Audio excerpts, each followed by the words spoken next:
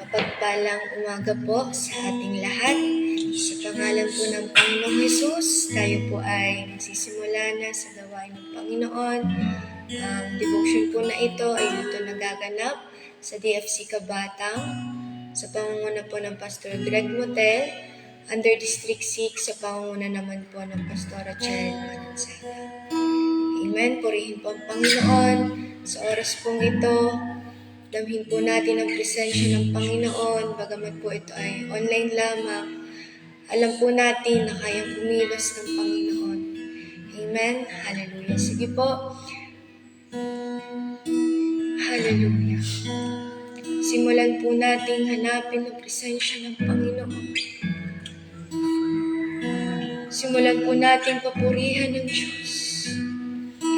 Purihin po kayo, Panginoon. Karapat dapat po kayong parangalan, O Diyos. Kayo ay dakilang Diyos, tapat na Diyos. Salamat po, Panginoong Hesus. Napakabuti niyo po, Panginoon. Hallelujah. Tayo po ay sandaling manalangin. Panginoon, aming dakilang Diyos, makapangyarihan sa lahat. Dumudulog po kami sa oras na ito, Panginoon. Una po ang aming mga sarili, O Diyos. Kung kami man po, Panginoon, kami nagawang kasalanan, pagkukulang, na hindi kalugod-lugod sa inyo, O Diyos.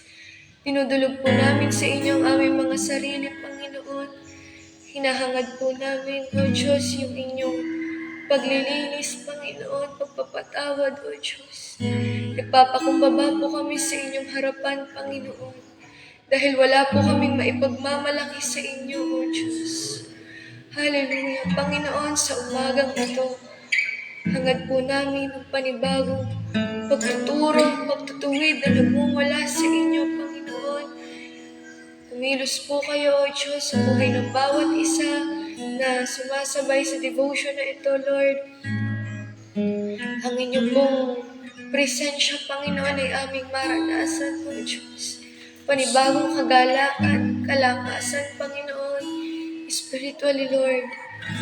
Dahil nananampalataya po kami, Panginoon, na sa tuwing kami lumalapit sa inyong presensya, nire-restore niyo, Lord, yung aming kalakasan spiritually. Hallelujah. Salamat po, Panginoon. Dinadalangin po namin ang inyong pagsama sa gagamitin niyo po ngayong umaga, Panginoon. Hallelujah. Salamat po, O Diyos. Sa inyo po namin pinagkakatiwala ang flow po ng devotion na ito hanggang sa matapos, Panginoon. Maranasan namin, O Diyos, ang presensya niyo. Salamat po, Panginoong Hesus. Sa pangalan ng Panginoong Hesus. Amen. Manatili po tayo sa presensya ng Panginoon. Atin po siyang awitan, mapurihan. Great is the Lord. Great is the Lord and most worthy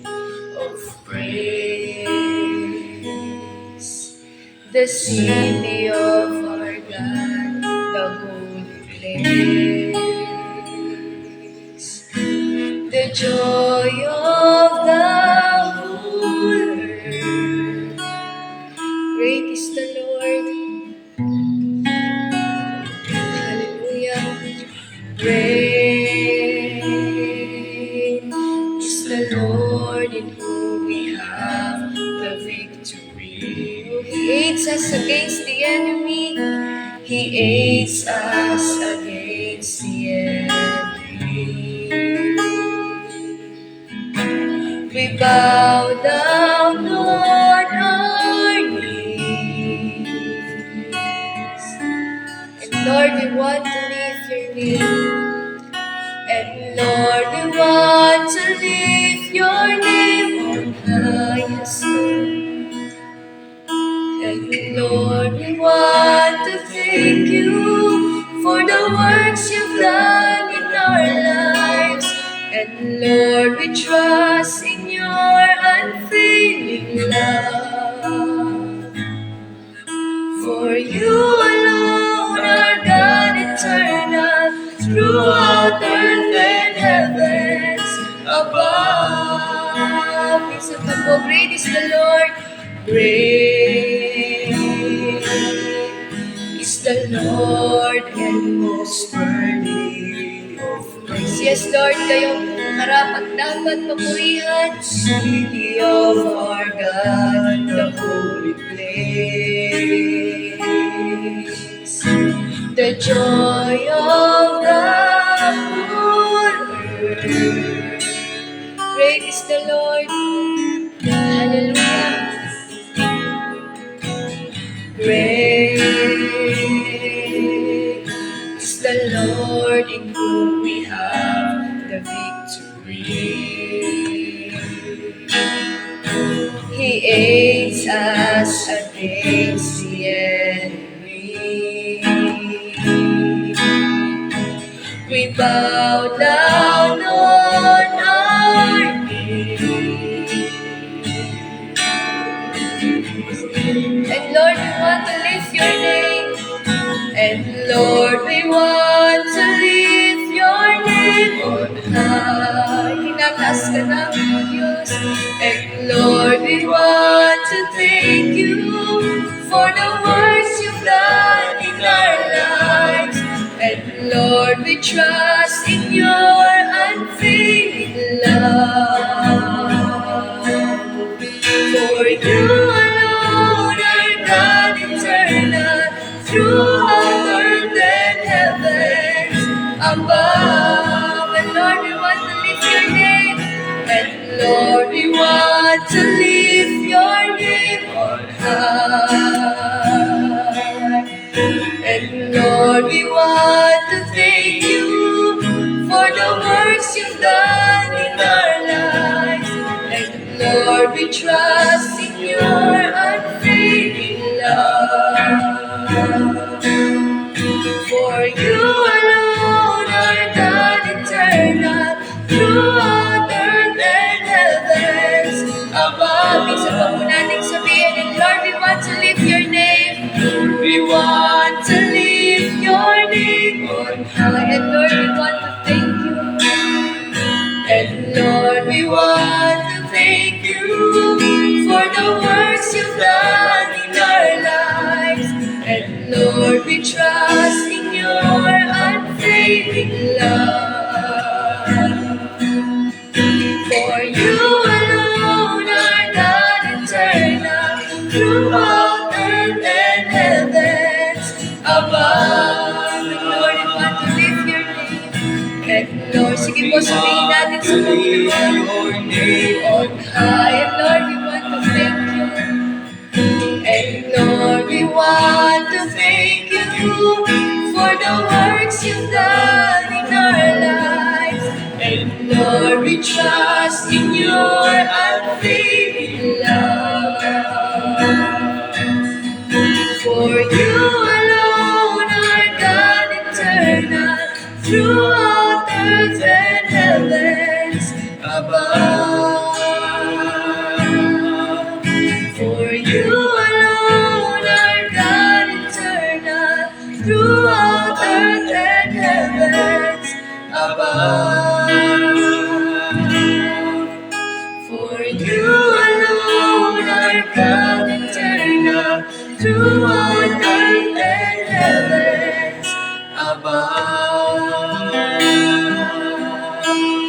Oh, we praise you, Lord. Hallelujah. We lift your name. Hallelujah. Hallelujah. Tinataas ka namin, Panginoon. Nagpapasalamat kami, O Diyos. Hallelujah. Thank you, Jesus. Purihin po kayo, O Diyos. Hallelujah. Panginoon, sa oras na ito, at hindi lamang po sa oras na ito, O Diyos, maging sa bawat araw, sa bawat yugto ng aming buhay, karapat-dapat kayong mapurihan, Panginoon. Hallelujah. Kaya't kayo aming itinataas, O Diyos, pinararangalan ng inyong dakilang pangalan, Panginoon. Pinasasalamatan po namin kayo, aming Diyos na dakila, sa pangalan ng Panginoong Jesus. Amen. Hallelujah. Purihin po ang Panginoon. Tayo naman po ay dadako na sa pag-aaral ng salita ng Diyos na dadalhin po ng lingkod ng Panginoon, Pastor Reggie Capina. Purihin po ang Panginoon.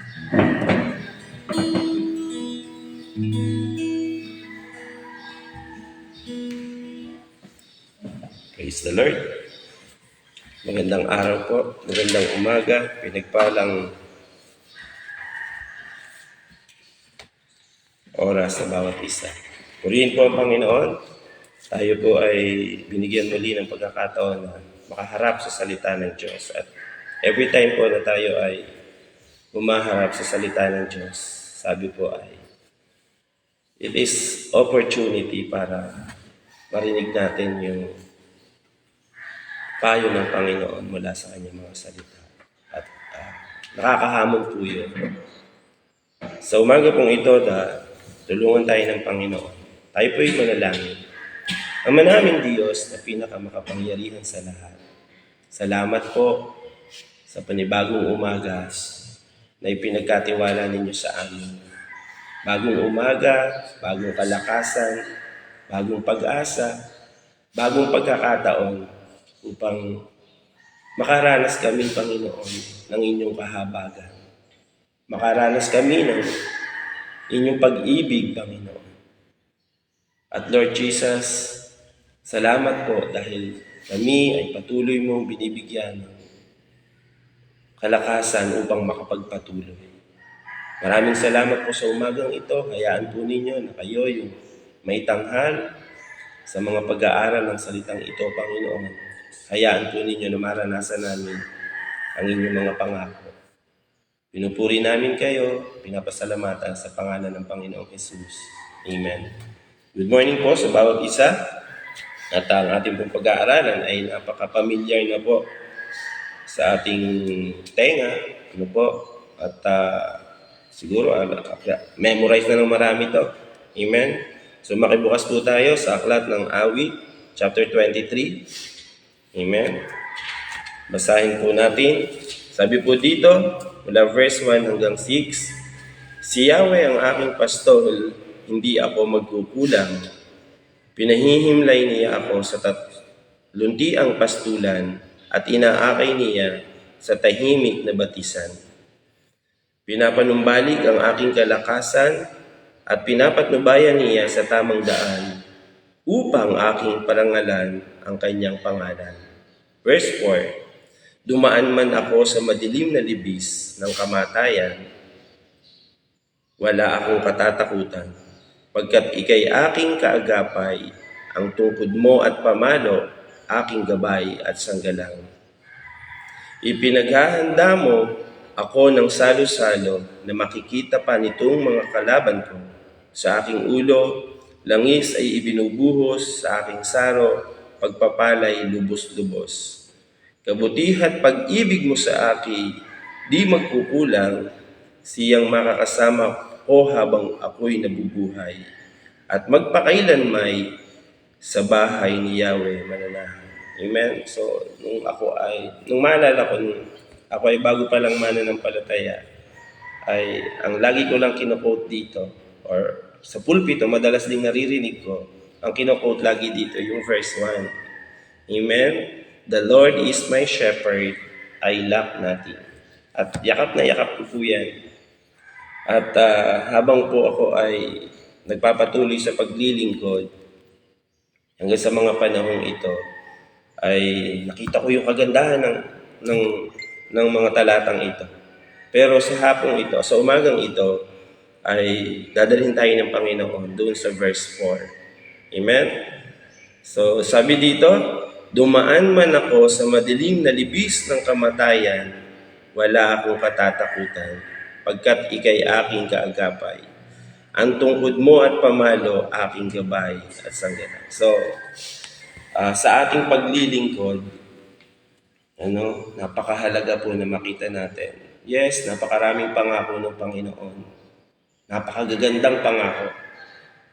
Amen. Nakaka-encourage ng mga pangako. Pero dito ay meron siyang ipinababati.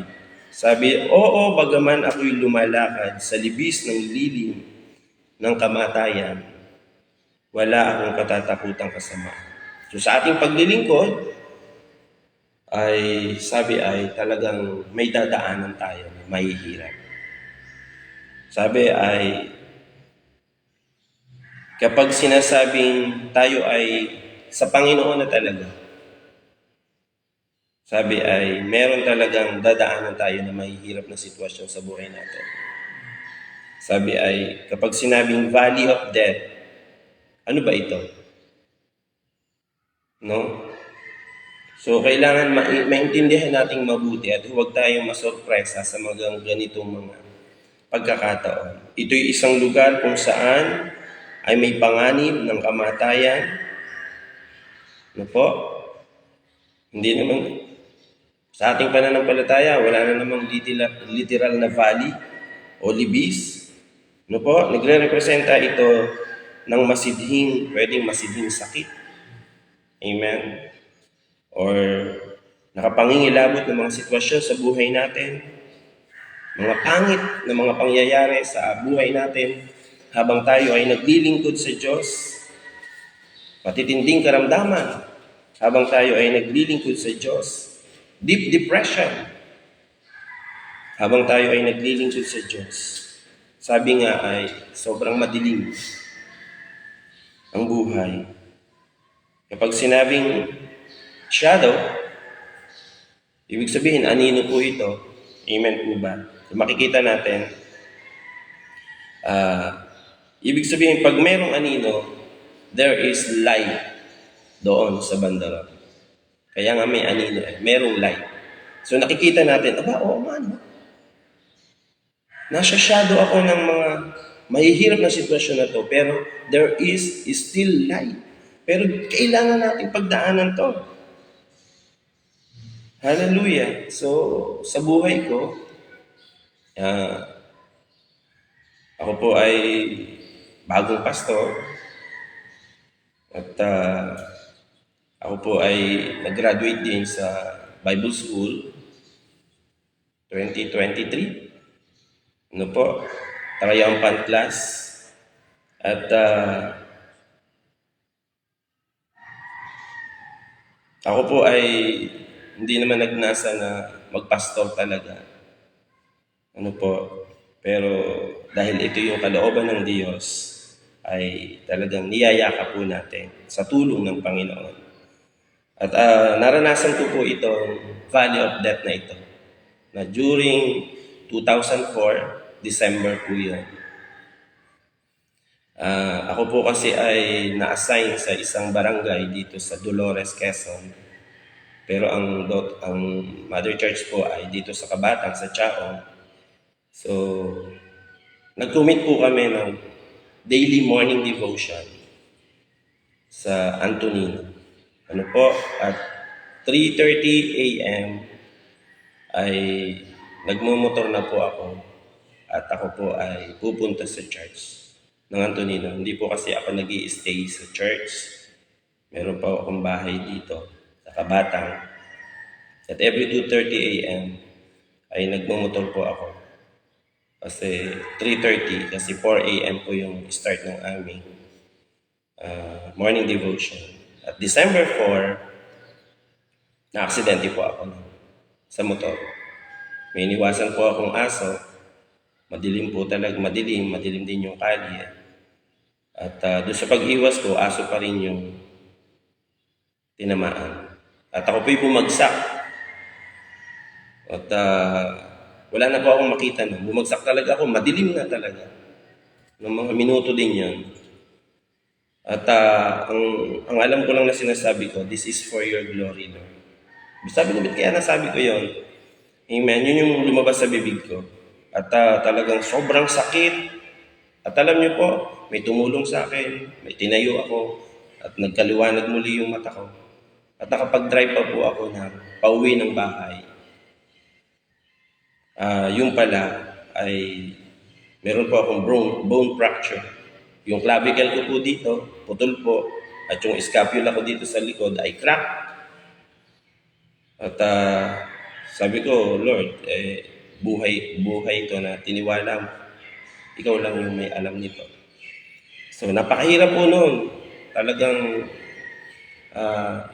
buong isang linggo, buong isang buwan, ako na hindi ko kayang, wala akong nagagawa. Hindi ko kayang bihisan yung sarili ko. Nakakakain naman ako with my left hand. Pero hindi ko kayang liguan yung sarili ko, hindi ko kayang mag-CR. Amen? Kasi sobrang sakit. Tumutulo po yung luha ko sa sobrang sakit. Talagang hindi po siya ma-express yung pain. Pero alam nyo, sabi ko, na-amaze ako nung tinatanaw ko po yun sa ngayon na talagang, oo nga no, Lord. Kamatayan yun eh. Nakaharap ako doon sa kamatayan na yun, pero hindi mo ako pinabayaan.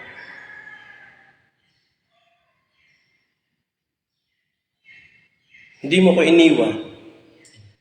Amen?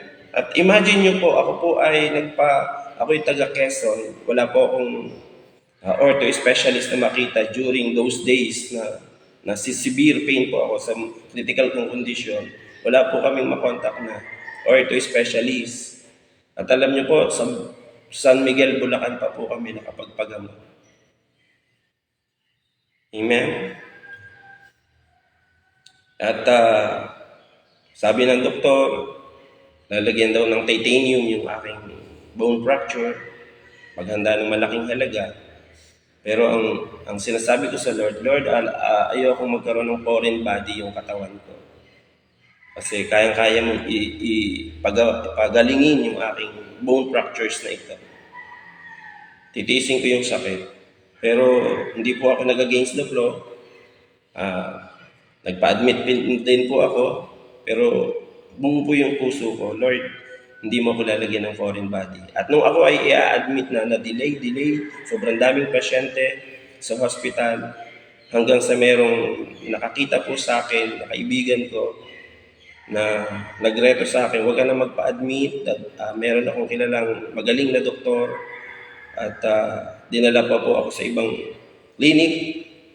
At ako nga po hindi na operahan. Ako po ay nilagyan lang ng sling na isinuot ko ng ilang buwan din, halos 5 months.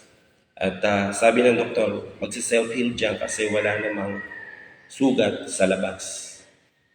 So purihin po ang Diyos na i-functioning na po yung kamay ko at patuloy po tayong nakakapaglingkod sa Panginoon. Yun po yung valley of death na naranasan ko, na talagang kala ko mamamatay na ako. So, ngayon, ngayon po, sa ating pananampalataya, sa bawat isa sa atin, nang kilalanin natin tanggapin ang Panginoon, sabi ay, spiritual battle ay talagang nagsimula na rin. Doon na po tayo sa spiritual. Yung ating kaaway, si Satan, gagawin ang lahat ng paraan, lahat ng pagkakataon, lahat ng bagay, para pahintuin tayo sa ating paglilingkod sa Panginoon. At titiyakin niya, yun ang tinitiyak niya, na hindi tayo makakarating doon sa lugar na pagdadalan sa atin ng Panginoon. Kasi sabi doon hallelujah, ipinaghahanda mo ako ng salusan. Yun yung lugar na pupuntahan natin. Amen. Doon sa bundok. Amen po ba? Sabi, yung gustong marating ng Diyos, gusto nating marating ng Diyos para sa atin, ayaw yun ng kaaway. Kaya gagawin niya yung mga pagsubok. Kaya kung may pagsubok, sabi nga ni Apostol Santiago, consider it pure joy. Amen po ba? Kung tayo ay may pagsubok. Magalak. Amen? Kapag tayo ay may pagsubok. So gusto nating maakyat yung tuktok ng bundok na pinapatanaw sa atin ng Diyos na sabi, may greener pasture doon, may pahingahan doon. Amen po ba? Nandun yung presensya mismo ng Diyos. Yun yung gustong ipatanaw sa atin ng Panginoon. At gustong marating natin, yun yung gustong marating natin na gusto ng Panginoon. Pero ang kaaway, hindi po yan hihinto. Kaya sabi dito, napakahalaga. Yung valley of death, matawid natin. Kung ating titingnan yung valley of death na yon ay madilim na lugar, magkakaroon lang ng konting liwanag kasi bali po libis po yun eh. Amen po ba? Kapag yung araw ay umiikot, siguro tanghaling tapat, may konting liwanag doon sa ilalim.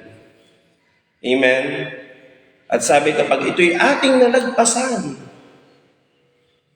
amen, ay talagang sabi ng Panginoon, ayan, napagtagumpayan mo na yung bagay na yan. Halika na. Pumasok ka. Yun po yung napakaganda, mga kapatid. Kasi si Haring David dumaan man sa ganyang kalalagayan, nanatili siyang nagtitiwala sa kanyang pastor.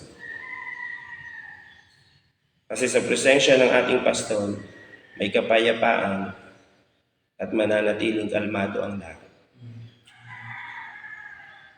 So sa ating paglilingkod, maraming gagawin ng kaaway. To the extent na talagang shadow of death talaga. Buhay at kamatayan ang pinag-uusapan. Pero alam niyo po, sabi, nandyan yung presence ng Panginoon, ng ating pastol. At sabi, kapag nandyan yung presence ng ating pastol, mananatili yung kapayapaan at kalmado ang lahat.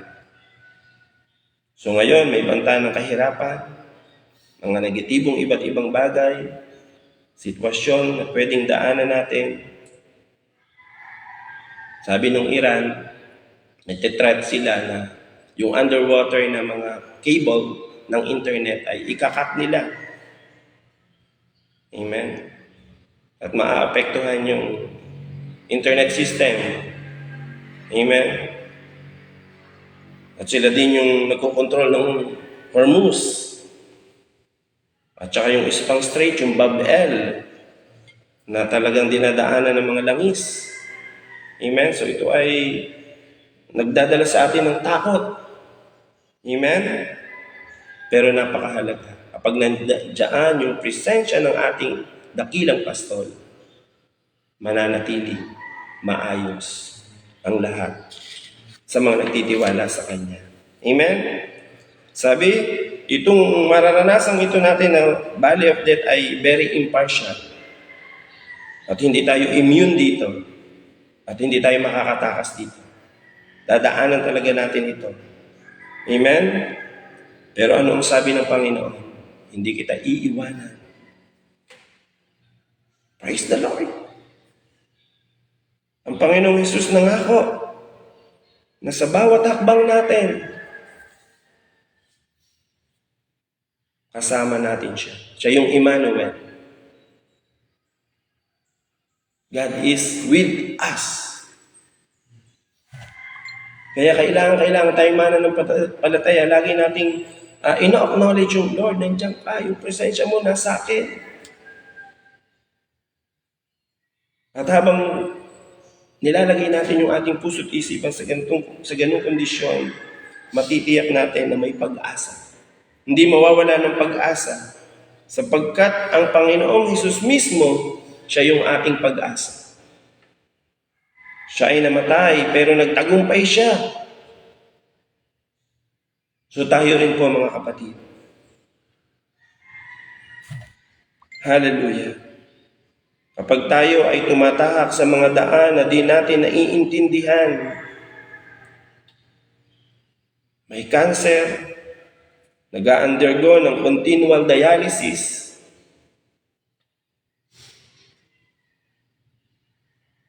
may kakulangan financially. Alam nyo, yung ating pastol, itinakdaya na maranasan natin. Dahil may mas mabuti siyang layunin habang tayo ay naglilingkod. Tinitiyak niya na habang kinikilala natin siyang pastol, idadako niya tayo sa high mountains. Tayong lahat gusto natin, high mountains. Na kung saan ang araw ay maliwanag, ang sikat ng araw ay maliwanag, at ang mga berdeng mga damuhan ay nandoon at napakasarap magpahinga. Ngayon, sobrang init na. Amen? Lahat ng makita kong tao, sobrang init. Amen? Pero nyo, Lord, ang ipinapangako, green pasture, berde, luntiang, at nakakapagpapayapa po yun ng damdamin. So sabi, yung bawat valley o libis na ating pagdadaanan, ang sabi, kung meron man tayong pinagdadaanan, sabi, ito yung pathway, ito yung daan din tungo sa ikabubuti natin. Praise the Lord. Sabi ni David, dumaan man ako sa madilim na libis ng kamatayan. Sana tayo mabanggit din yun. Lord, eto na, dumadaan ako sa libis na to. Pero anong sabi ni Haring David? Wala akong katatakutan. How confident we are. Lord, wala akong katatakutan. Kasama kita eh. Dapat tayo, yung kapangyarihan ng Diyos ang maghari, mangibabaw. Hindi yung takot na ibinibigay ng kaaway. Sabi, I will fear no evil. Dapat ganun po yung estado ng ating puso. Kasi sabi doon sa awit 84, verse 11, basahin ko lang po sa bawat isa. Awit 84, verse 11. Nakakatuwa po ang Panginoon. Ito po ay, ang mga tao, ang bukang bibig ay, ang taas na, ganito, ganyan, puro negative. Amen po ba? Kahit sino makausap, lalo na at hindi mananampalataya. Kung minsan, mga mananampalataya, ganun pa rin ang bukang bibig. Pero sabi dito sa awit 84:11, pagkat ang Panginoong Yahweh, pag-asa at sanggalang, kami pinagpapala mo sa pag-ibig mo at dangal. Hindi siya magkakait ng mabuting mga bagay, sa sino mang ang gawain ay matuwid at marangal. Sabi, no good things God will withhold. Sabi, lahat ng mabubuting bagay, ibibigay niya, hindi niya i-hold yun. Hindi niya i-delay yun. Doon sa mga taong nagtitiwala sa Kanya. Kaya kahit nandun tayo sa valley of death na yon, mga problema, mga kahirapan, mga pagsubok, mga kalungkutan, magpo-provide ang Lord, ang sabi, ng mabubuting bagay. Lagi pong makita natin yun, mga kapatid. Amen? Sabi, kami pinagpapala mo.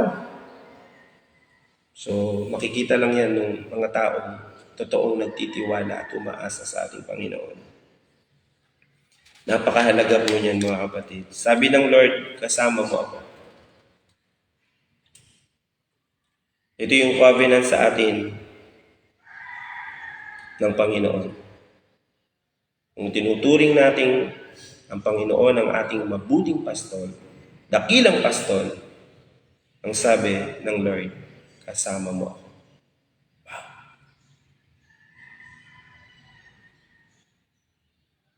Kung yung tao o yung mga kapatiran natin iniiwan tayo, pamilya natin, iniiwan tayo. Sabi ng Lord, kasama mo ako. At covenant niya yan. Hallelujah. Purihin po ang Panginoon. Purihin po ang Panginoon. Kasama natin ang Diyos. Kaya kung ano man ang ipinapakita ng mundo, yung nangyayari sa mundo, lagi lang natin sabihin, Panginoon, ikaw ang aking pastor, kasama kita. And that's it. Makakatawid tayo. At makakatawid tayo sa anumang bagay na pinagdadaanan natin na mahirap. To the extent na nandun tayo sa anino ng kamatayan. Ang sabi ng Lord, sa Exodus 3 verse 12, and God said, certainly I will be with you. Certainly, tinitiyak ko, nakasama mo ako. Sasamahan kita. Ako'y sa iyo. Hindi ako hihiwalay sa iyo. Ay, pag sinabi pong sa iyo, sasama sa iyo. Very intimate po ito. At kailangan lagi po nating makita ito. Sabi, ito'y magiging tanda sa iyo, ikaw ay aking sinugo at ilalabas kita sa Ehipto. Diba yung Ehipto ay kalbaryo, pasanin ng mga Israelita. Pero anong sabi ng Lord? Ilalabas kita. So ano man yung mga pasanin, mahihirap na bagay na ipinapapadaan sa atin ng Panginoon, kasama natin ang Diyos. At ang sabi ng Lord, ilalabas kita dyan. Maglilingkod ka sa Diyos sa bundok na ito. Wow! Napakasarap isipin na after nating matawid yung valley of death na to, nandun ang pangako ng Panginoon. Nakaka-overwhelm ng puso. Amen? At sabi pa doon sa Isaiah 43 verse 2, Amen. So tulungan tayo ng Panginoon na ma-enjoy yung pangako ng Panginoon.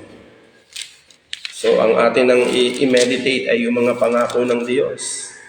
Amen. Ang ating, sabi nga ni Apostol Santiago ay, kung bubukas lang din ang ating bibig, it's more on encouragement.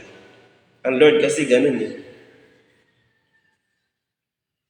Hindi pampasirang loob, hindi pampahinang loob, kundi pampalakas, pagpapalagay ng pag-asa, ng kasiglahan. Ano po sabi doon sa Isaiah 43 verse 2? Basahin nga po natin. Hallelujah. Kapag dumaan ka sa malalim na tubig, sasamahan kita. Tumawid ka man sa mga ilog, hindi ka malulunod. Dumaan ka man sa apoy, hindi ka masusunog, hindi ka matutupok. Verse 3, sapagkat ako si Yahweh na iyong Diyos, ang banal na Diyos ng Israel, na iyong tagapagligtas, ibibigay ko ang Ehipto, Ethiopia at Cebu bilang pagtubos sa iyo, upang ikaw ay makalaya. Ibibigay ko ang mga bansa para lang maligtas ka, sapagkat mahalaga sa akin. Mahalaga ka sa akin. Mahal kita, kaya't pararangalan kita. Huwag kang matakot sapagkat ako'y kasama mo. Wow! There's nothing to fear. Sapat ang pangako ng Diyos. Tiniyak ng Diyos, hindi niya tayo aagwatan. Purihin po ang Panginoon. Hallelujah. So, ano pang bagay ang pwedeng magpahinto sa atin sa paglilingkod? Di ba wala? Ang kailangan lang natin ay magtiwala. Manahan sa presensya niya. At ang bumukal sa ating mga labi, yung encouragement ng Diyos, hindi discouragement. Lalo tayo mga mananampalataya. Hallelujah. Sabi doon sa Isaiah 40 verse 11, Hallelujah. Sabi po doon, at tulad ng pastol, pinapakain niya ang kanyang kawan. Sa kanyang mga bisig, ang maliliit na tupay kanyang yayakapin. Sa kanyang kandungan ay pagyayamanin at papatnubayan ang mga tupang may supli. Wow! Lord, thank you. Pipisanin na tayo ng Panginoon sa kanyang mga bisig. How so close? Sa kanyang sinapupunan. Dadalhin tayo sa kanyang sinapupunan. Panginoon, napakabuti niyong Diyos. Dadalhin niyo kami sa pinaka-safe na kalalagayan sa inyong mga bisig. Imagine niyo yun. Yayakapin tayo ng Panginoon. Kaya nakakalungkot isipin, bakit ganun? Minsan tayo dumadaan sa mga ganung sitwasyon. But Lord, bakit ganito? Nasaan yung pangako ng Panginoon? Nasaan yung presensya ng Panginoon? At ang lumalabas ay mga negatibo sa halip na positive. So ang sabi ng Lord, ilalagay kita sa aking mga bisig. How sweet! Very caring ang Diyos. Kailangan lang natin itong makita at maramdaman. Tindigan natin, mga kapatid, hindi madali ang maglingkod. Pero tinitiyak ng Diyos, magtatagumpay po tayo. Tinitiyak ng Diyos, mararating natin yung lugar na pinaglalaanan niya para sa atin. Sa umagang ito, namnamin natin yung kanyang pagsama. Tulungan po tayo ng Panginoon. Tayo po'y manalangin. Ang manawing Diyos na pinakamakapangyarihan sa lahat.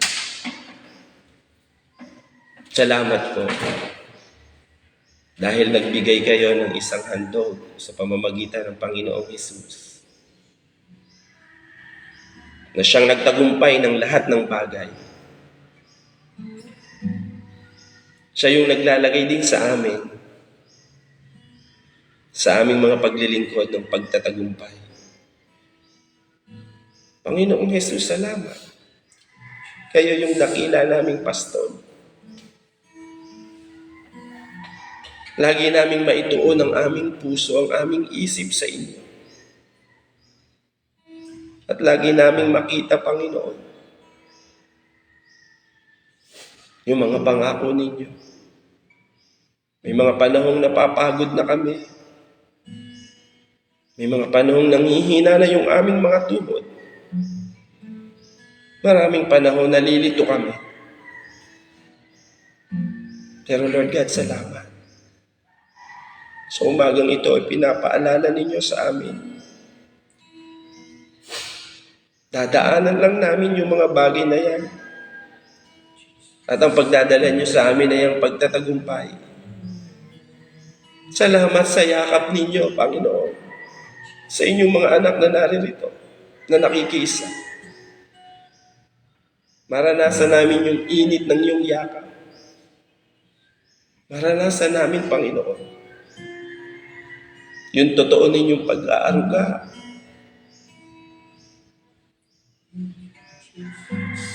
At Lord, makita ng mga tao na nakatingin sa amin. May kakaiba sa amin. Kasi may Diyos kaming pinakamabuti. May Diyos kaming totoong nagmamahal. May Diyos kaming totoong umaaliw sa amin. May Diyos kami, Panginoon, na source ng aming kalakasan. Salamat po, Panginoon. Lord God, sa umagang ito,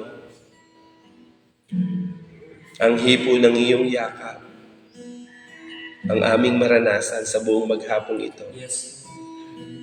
Ang encouragement mula sa inyong mga salita, yun yung aming maging pag-asa, yun yung aming motivation, Panginoon. There's nothing to fear. Hallelujah. Dahil ang inyong presensya ay sumasa amin. Salamat. Dahil wala naman kayong ipinangako sa amin, purong tagumpay yon. Salamat, Panginoon. Napapagod man kami, pero madali niyong ibinabalik yung kalakasan na yon. Salamat kung marami kaming mga problema, dahil alam namin, Panginoon, ito ay daan ninyo para makita namin yung mabubuting bagay na inilalaan nyo sa bawat isa sa amin. Purihin kayo, Panginoong Jesus. Yung covenant ninyo, yung pangako ninyo, lagi po namin itong maipamuhay. Salamat, Panginoon. Pagpalain niyo, Panginoon, ang kagalingan yung mga may karamdaman. Wala pong mga bagay na mahirap sa inyo. Ang lahat sa inyo ay posible. Yung imposible sa aming buhay, posible sa inyo. Yung mapakahirap sa amin, madali lang sa inyo. Panginoon, salamat po. Patuloy, amin pong inaangkin ang inyong pag-aalaga sa amin. Yung katiyakan na dadalhin nyo kami doon sa lugar na nais ninyong pagdalan sa amin, sa langit na bayan. Ang dami, Panginoon, na ibinibigay ng takot ng mundong ito. But Lord, sapat ang inyong biyaya. Sapat ang inyong kapangyarihan. Sapat ang inyong mga salita para kami lumakas at tumatag.